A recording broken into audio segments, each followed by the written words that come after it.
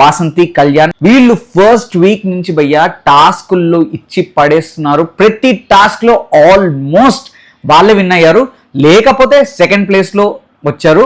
మహా అంటే చాలా వర్స్ట్ సిచ్యువేషన్స్ లో వాళ్ళు ఎక్కడో థర్డ్ ప్లేస్ లో లాస్ట్ లో వచ్చారు. కానీ టాస్క్లు అంటే వాసంతి కళ్యాణ్ అంటే టాస్క్లు అలా ఆర్డర్ ఇచ్చి పడేశారు.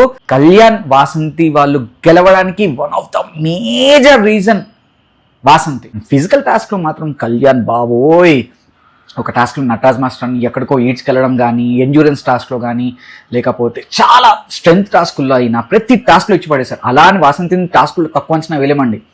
ఒక టాస్క్లో అసలు అన్ఎక్స్పెక్టెడ్గా అక్కడ వేరే వాళ్ళందరూ సోనియా వీళ్ళందరూ ఫటాఫటా పెట్టేస్తుంటారు. బట్ వాసంతి మాత్రం లేట్గా పెట్టిన ప్రాపర్ ఆర్డర్లో టకటక పెట్టేసి విన్ అయింది.